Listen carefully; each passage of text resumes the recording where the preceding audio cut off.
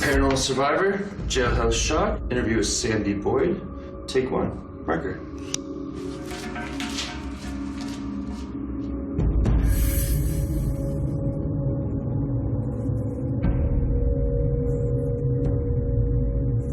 The Lake County Jail officially closed in 1973. After its closure, the jail was turned into a historical museum. Sometime in 2008, I came in for a regular tour, and I fell in love with the building, and I started volunteering after that, and I ended up doing tours myself. Originally, in 1882, it was built with 10 cells. The jail once housed dangerous criminals, from one of Al Capone's most feared hitmen to notorious Depression-era gangster John Dillinger. Sandy sometimes got the feeling that some of the old inmates were still in their cells. When you walk through the building, you do get a creepy feeling, and I think what it is that you feel like you're being watched.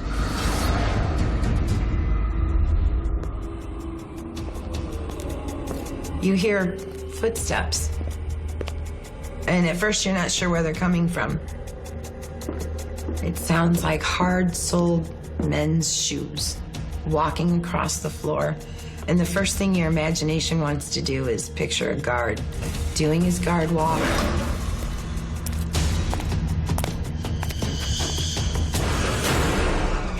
And then at times you hear cell doors closing.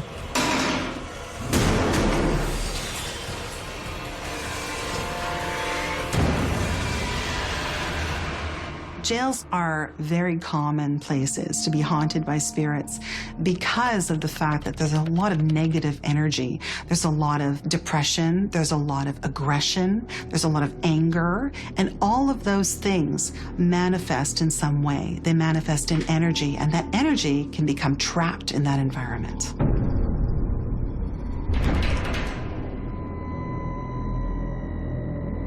At first, Sandy thought the museum could cash in on the creepiness of the jail. I approached the board to start ghost hunting about a year after I'd been here as a tour guide. Sandy's son, Randy, also volunteered to help. I do the paranormal tours during the weekends to help raise the funds for restoring the jail. It was supposed to be fun, but the more that we started doing it, it was not always, as fun. Sometimes it was uncomfortable. You're always on edge inside the jail. It's like you're constantly in a room where nobody kind of wants you in here. Sometimes you feel very crowded. Other times you feel like eyes are always on you, and it's just kind of uneasy to be in here. There was a time when I was walking away from a group that was doing an investigation of their own. I was just walking down the hallway. I looked up. I was scared, stiff.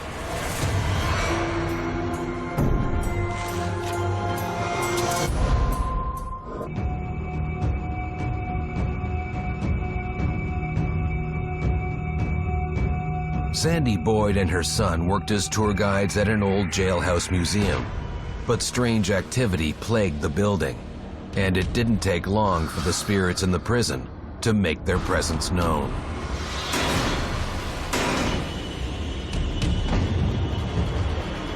I was walking down the hallway. I looked up, and there was a shadow that was standing there. I didn't want to move. I was scared, stiff, wondering what it is. How is this actually in front of me? What is it going to do? Shadow was in front of me about 5 seconds or so, and then disappeared. I saw Randy standing there. He wasn't moving. He wasn't making any sound or talking or pointing anything out. He was just standing there, staring. Okay, what's going on? What's going on? By the time that my mom had gotten there, it had already vanished into thin air. I was no longer able to see it, and neither was anybody else. When I finally got Randy's attention, he looked over at me and then he looked straight back up and he said, "I just saw somebody." There was something right there. There's nothing there. There's nothing here. Don't worry. Just come on.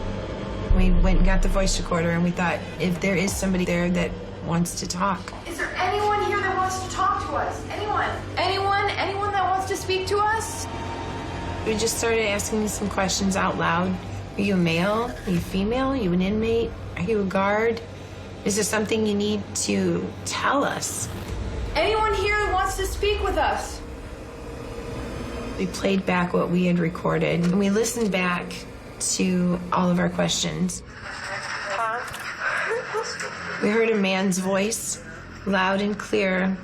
"What's happening?"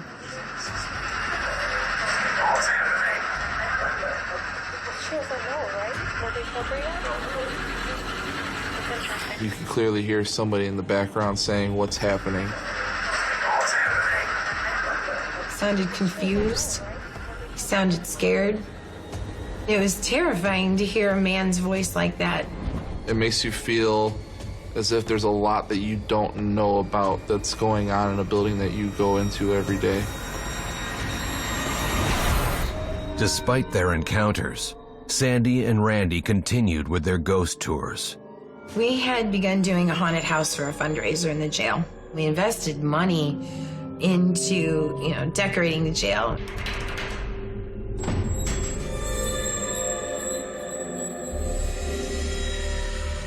Before opening night, Sandy had a few last-minute preparations. Before I started painting, I kind of said out loud, "Hey guys, I'm just in here, just gonna paint this, and I'm leaving." Just gonna finish up painting. I won't be long and I'll be out of here. But Sandy's attempts to appease the jail spirits was to no avail. All of a sudden, I got that feeling that somebody was in my personal space. They were a little too close. I looked around and I didn't see anybody physically there. And then behind me, I had some metal chairs stacked up against the wall.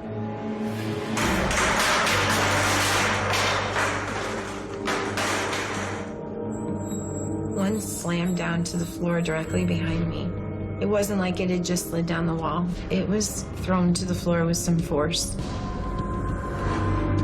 When an entity can physically move something, such as throwing an object, it is extremely powerful. It takes an exorbitant amount of energy for an entity to concentrate its energy and move something.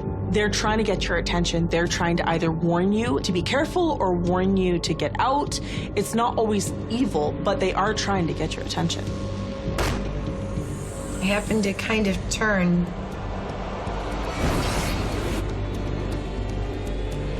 There was a man just standing there.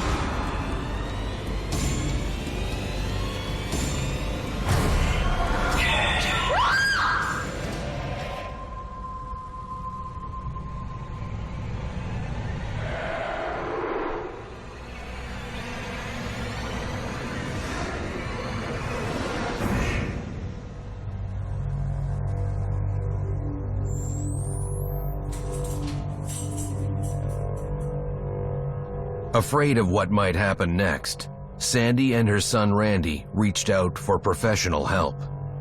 Sandy called us in 2015 for us to come in here and search and see if there's paranormal activity that Sandy was stating that was happening in here. I brought my cousin Dan Marshall and my wife Brandy Rush. My wife is a medium. She can see the entities, helps us with our evidence. They talk to her. When Brandon's team came in, we concentrated on areas that we felt the most energy. So there's a long tunnel in the jail, and it's actually just to connect the 1908 edition to the 1928 edition. Upon entering into the tunnel, it's real dark, eerie, just real creepy feeling. Brandy was getting a lot of strong feelings. James. I'm feeling James. He's angry. She mentioned the name James, and we knew the name James, and I was actually kind of surprised that she had picked up on that name so quickly. We had an inmate here, his name was James First Salmons, and he was Al Capone's right-hand man. He had got on a lot of hits for Capone. He was not a nice man in any way.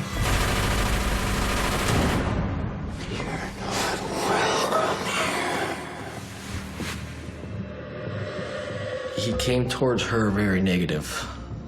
You need to go. Get out. I feel like there's spirits all around you. It felt like people touching you.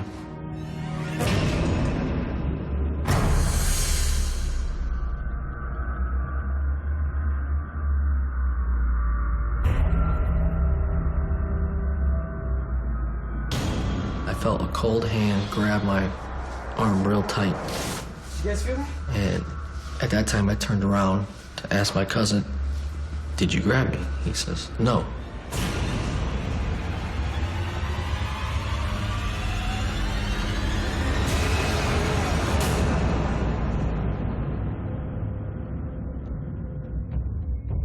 At that point, we had decided to investigate a different part of the jail, and we headed up the stairs to the 3rd floor where there's a federal cell block. The 3rd floor housed the jail's worst criminals in the toughest conditions. Solitary confinement. While we were there, we had our K2 meters on. With Brandy having sensitivities to energy, she again felt something that was more aggressive and maybe a little more negative than she was used to.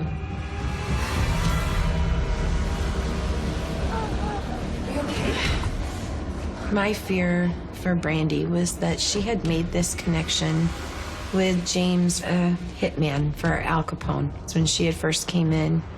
And because of her stature and that she's a little on the smaller side, I was afraid that James had targeted her.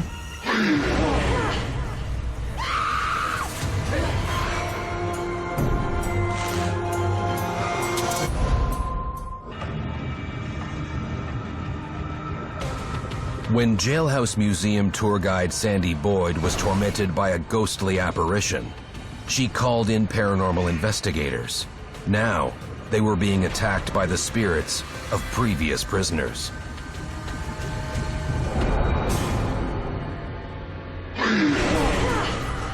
He came towards her, breathing down her neck.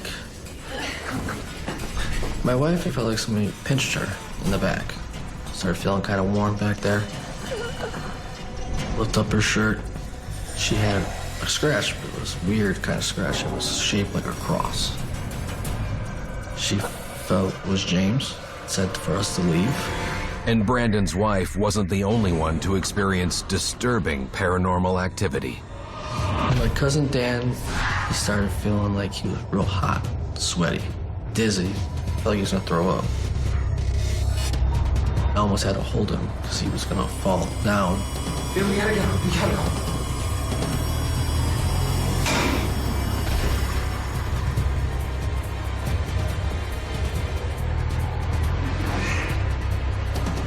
The team may have been finished with the investigation, but the spirit was not finished with them.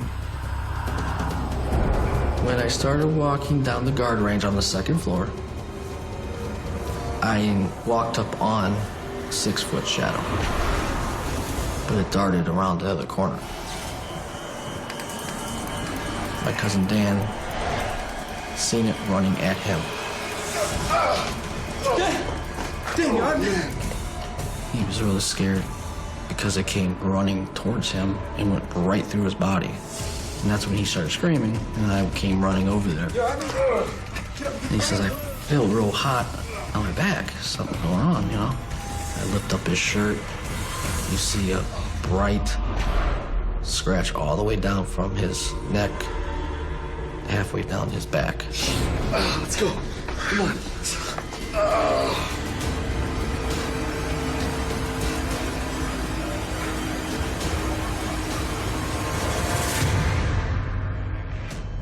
Due to the violent attacks, Brandon put an end to the investigation. Being my wife and my cousin being attacked on this investigation was very shocking. It was very scary for them being attacked because you don't know. You just don't know what you're getting into. The attacks had a profound effect on Sandy. But rather than have the historical spirits removed, she switched up her approach. We've changed the way that we interact with ghosts. We have a lot of pleases and thank yous. We became more personable, a lot more courteous, thank you, please, treating them like they were actual people. Thank you. Rest in peace. Brandon and his team questioned us if they could help us, if there was anything that we would want them to do with us or for us. And, you know, we kind of made a decision at the time that it's not up to us to do something about it. Whatever is going on in this building has been going on long before we got here and will probably go on long after we leave.